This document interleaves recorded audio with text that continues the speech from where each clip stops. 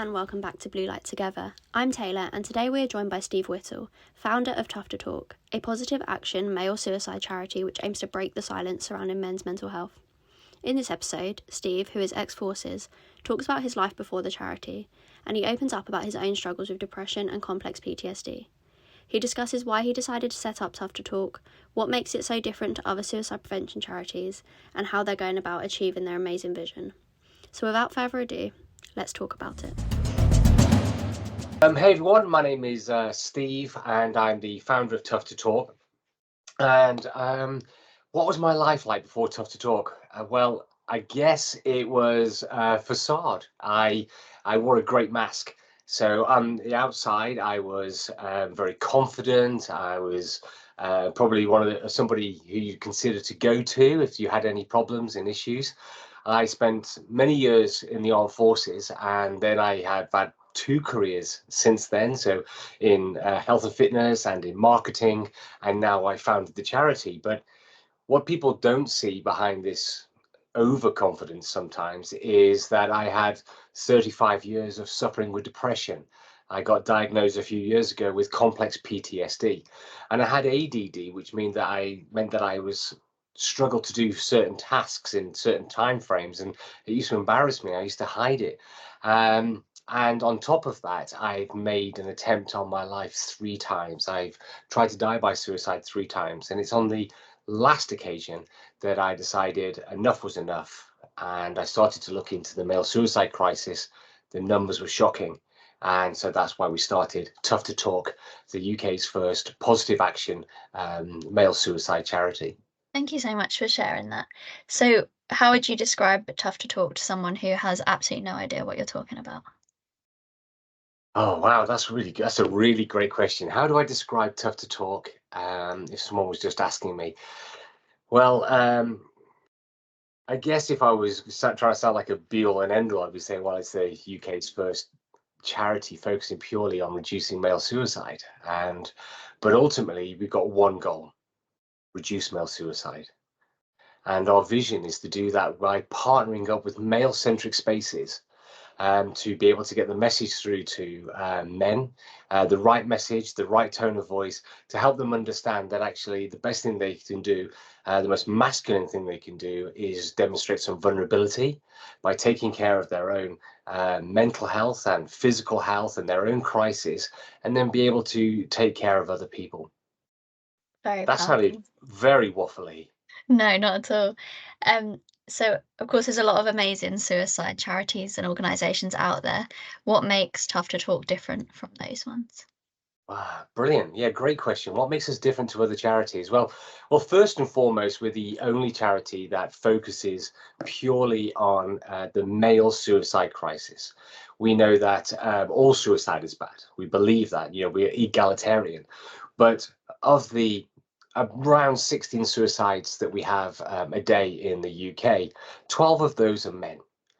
And so that's where the greater issues are right now, where we need to, we always say that the squeakiest wheel gets the most oil. Well, the men are the squeakiest wheel right now, and they need the most love. So we're using like a positive action approach just to focus on men and just say, listen, you're important and you need this support. Amazing. So could you tell us a bit more and expand on what it is you do? Obviously your aim is amazing, but with how are you going about it and kind of the impact you've had so far? Yeah. Absolutely. So, how are we going to do this? It's a big question. We know from all the training that we do and the work we do with organizations, male-centric spaces, that if you ask most men, what's the best thing you can do when you're having a problem, when you're having crises? They all say, just to talk to someone. And then you say to them, but will you? And they say no. And they're brutally honest about it. Most men won't discuss the issues that they're having because of cognitive dissonance, generational gender bias, the stoic nature of man, all of these, must man up, must be tough, kind of societal expectations. So how we change this is that we go into male centric spaces where you probably get a lot of these kind of attitudes, and we create tough talkers, we create tough talkers through understanding suicide intervention training, which is reacting to when men are in trouble. But then we run a tough talking bolt on that goes through that course, which makes it proactive training, which means that those men in these organizations are looking at how we're communicating with men, what we're saying to men, to make sure that it is landing correctly. So, for example, in society, we spend a lot of time saying that suicide is a mental health issue.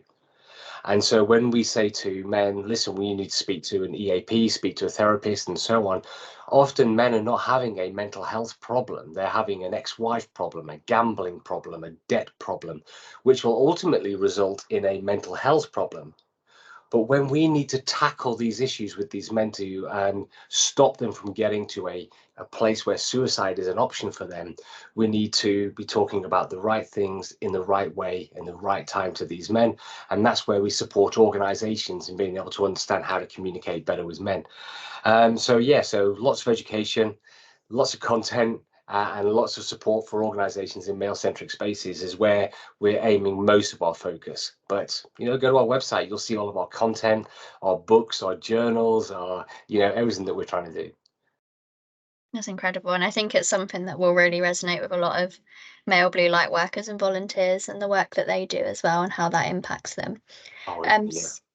I know you briefly mentioned your book and journals then. Would you mind expanding on that a little bit? Yes, of course. So we try and take every opportunity to try and connect with people, to try and support them. And one of the ways to break down cognitive dissonance, this I don't need anyone, I can do it all on my own, kind of, bravado that often a lot of men carry because of the expectations, is that we created a book called Man Up. Now, man up is quite challenging for people to hear because it's often used as an insult. But generally, man up, manning something up for men to hit a challenge and take it on is a really great thing. And the opposite of man up is man down. And nobody wants man down. So we chose man up because it's challenging, and also man up is much better than man down. Now, our book itself has 20 stories from men who have gone through challenges, through crisis, which may have even led to suicide behaviors. The book is amazing because if you're a partner of a man and you read this book, you get a really great understanding of how men in their lives may be dealing with crisis. And if you're a man and you read this book, you'll recognize very quickly that you are not alone. You'll see some amazingly successful people who have been through awful things, and you'll see the way they have dealt with them. And so it might give you some ideas on how you can deal with it better, but it'll also make you realize that you can have issues, you can have crises and still be incredibly successful. So it's really inspirational book like that. And we have a Man Up journal as well, which is a journal that works every 3 months, which is a journal for people who don't journal. I've done too many journals, so that's how it's been written. It's been written for men who don't journal. Works over 3 months, helps you get everything that you're going through down on paper. You set yourselves 5 goals every month for you to be able to achieve. It helps you reflect on everything that you're doing, but most importantly, by month 3, you'll be taking action on the things that you've had that have happened to you in that 3 months. And we also have a journal for young men, which is in production. So I don't want to say too much about it right now, but it will be coming out soon. It's all very inspiring and amazing. What would you say to someone who's listening to this and really resonating with what you're saying and is in a place where they're kind of struggling? What piece of advice would you offer for them? Talk. I know it sounds super simple, but what I want you to believe, if you take nothing else from me, I want you to believe that the reaction from the person that you tell your problems to will be so much better than you think it's going to be. So whether you speak to a stranger because that's easier, or whether you confide into a member of your family, just tell them. And don't worry about how you're telling them. Just blurt it out. Just get it out there. What you'll find is their reaction is probably different to what you've imagined in your head. So if you are going through any kind of crisis, share it. Absolutely share it. Because once you've shared it, that's the hardest part done. You can formulate a plan later, but just get it out there. That's such an important point. I never thought about it like that, to be honest. The whole notion of just blurting it out would probably make things a lot easier for a lot of people.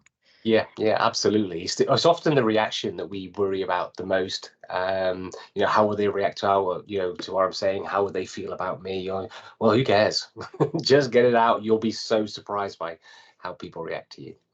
100%. And then finally, I think a lot of people will listen to this and really want to get behind it. So how can people get involved and support you and Tough to Talk and the whole movement itself? Wow, fantastic. So yeah, if you are in a male-centric space and you want our support through training and content and so on, and find out more about our understanding suicide intervention training and so on, just go to our website and click the contact form and then drop in with us. We'll get in touch with you and show you how we can support you. But as everybody knows, we need to raise lots of funds to be able to deliver this training to organizations that can't afford it. And so we need your support. So if you are a fundraiser and you're, I don't know, doing a bake sale, or you want to go, you're doing a marathon, or you haven't even thought of an idea of what you want to do, you just want to get behind us, then please drop us an email at talk@toughtotalk.com or via our website in the contact form, and we'll send you a digital fundraising pack, and we'll contact you and we'll work with you. And yeah, so if you're individuals who want to support us, contact us, and if you're an organization who need our support, contact us, and we'll help you where we can. For further resources and support, visit bluelighttogether.org.